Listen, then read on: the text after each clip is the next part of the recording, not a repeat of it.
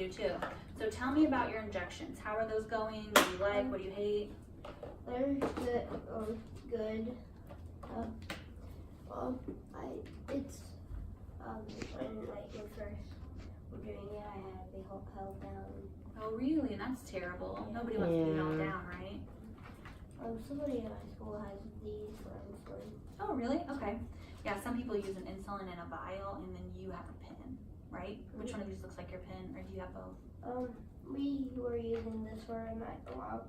I think we still have some of the pins, but we switched over to a different one because it was Treza something. Tresiba? Yeah, okay. That's our nice And one. is this what your fast acting looks like? No, we have. It's a red. Oh, okay, you have Novolog. So tell me, what if one of your friends was like, what is diabetes? How would you explain that to them? Well, I just say it's an autoimmune disease that your body has caused it, but that's basically how I explain it. And do your friends know what autoimmune disease means? Well, I say it and then I realize they probably don't know. Right. Your body causes it. Your body attacks itself. That's what an autoimmune disease. So my whole job is to give people words that people that aren't as smart as you are can understand. So a lot of times it's little kids or people that aren't in the medical field or people that aren't super smart like you. So with your friends, it's helpful to know ways to explain it to them so they can understand. So that's something that I help do too. Do you have like a best friend or anything that you want to tell? Or Dylan, he knows about it. Okay. Yeah. His mom has type 2. Oh, okay. And we know that type 1 and type 2 are very different, right? Type 2 can be cured, type 1 can't. And type 1, the kind you have, nothing you did caused it, right? Nothing mom did caused it. We don't actually know why people get it. We have some ideas, but we don't know. So people might say, you know, you ate too much sugar, so you have diabetes. That's not true. Yeah, I thought that a little bit. And you know, you can eat sugar. People say, you can't have that cupcake. Well, yes, I can. I just have to give myself insulin, right? And so then when you tell your friends it's an autoimmune disease, what else do you tell them? That's basically kind of all I say. Okay. He's going to be talking to the youth group that he gets together with every Wednesday. They asked if we would come in and teach them a little bit more so that he feels comfortable being at youth group, so that if there's an emergency, the other kids know what to do. So they approached us, which is awesome. That is amazing. Yeah. So he could use some information of how he would explain that to the other kids. They're 12 to 14-year-olds. That's amazing. Because a lot of times, it seems like you're pretty comfortable talking about it, right? So they might have questions that you know how to answer because you know diabetes, but having ways to explain it to them will be really helpful. So like if I just start from the beginning, when I tell somebody what diabetes is, let's pretend that we're one of your friends that don't know as much as you do. So I would say, so I have diabetes. I have type 1 diabetes. And that just means that my pancreas doesn't work. And people are gonna be like, what's a pancreas? And you can say, well, it's one of your organs in your body. And they'll say, what's an organ? So I say, well, you know, your heart is an organ. Do you know what a heart is? And they're gonna know that. Well, do you know what your lungs are? Yes. What do your lungs do? They help you breathe. So you can say, well, your pancreas makes insulin.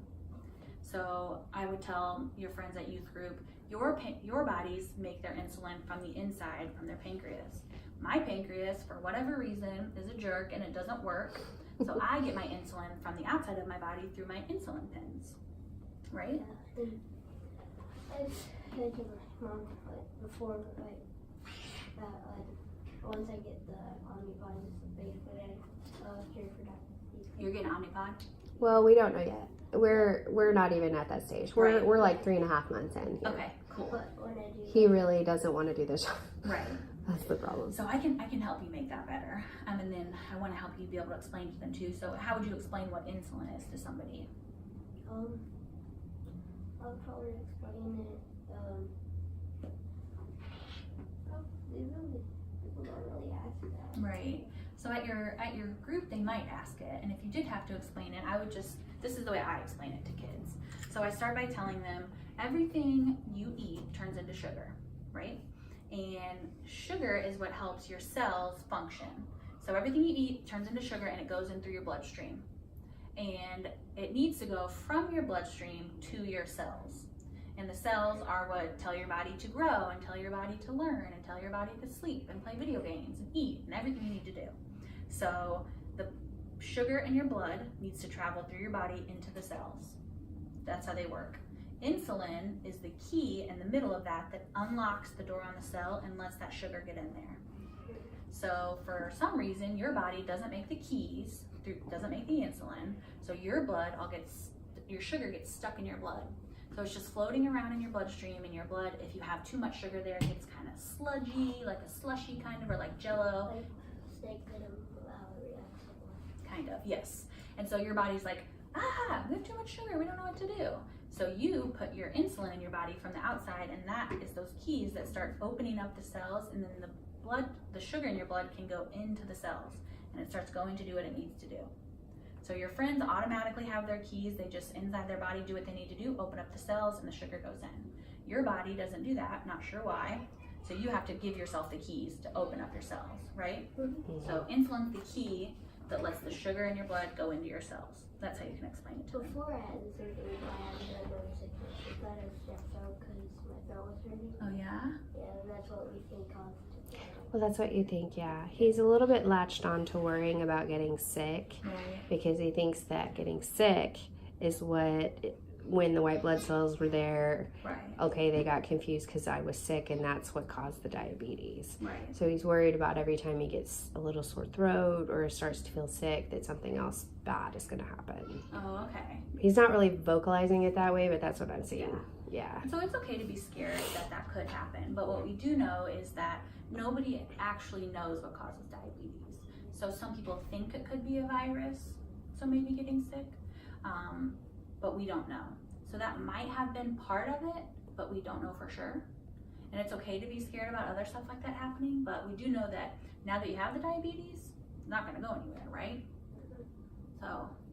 Are you afraid about something bigger happening next time? Yeah. Right. So how many times have you ever been sick in your life? This year I've been like 2 weeks. You're catching a lot more now. Yeah, that's for sure. But you've been sick You've had a cold many before, times yeah. throughout your You life. go to the doctor before, and nothing bad has ever happened from those times. You just get sick and your body knows what to do and it fights it off and then you get better. And I think this time it may have just been a coincidence that you happened to get strep throat, but it sounded like you were having these symptoms for a long time. Mm-hmm. So you may have already had it kind of working its bad deeds inside your body, and it just so happened that the time that you got sick is the time that we found out about the diabetes. So, multiple times you've gotten sick and nothing bad has happened, and that's what's going to continue to happen. You're going to get colds and you'll get better, and you might get strep throat again and you'll get better. But I wouldn't worry about bad things like this happening to you, okay? Does that make sense? Yeah. What questions do you have so far?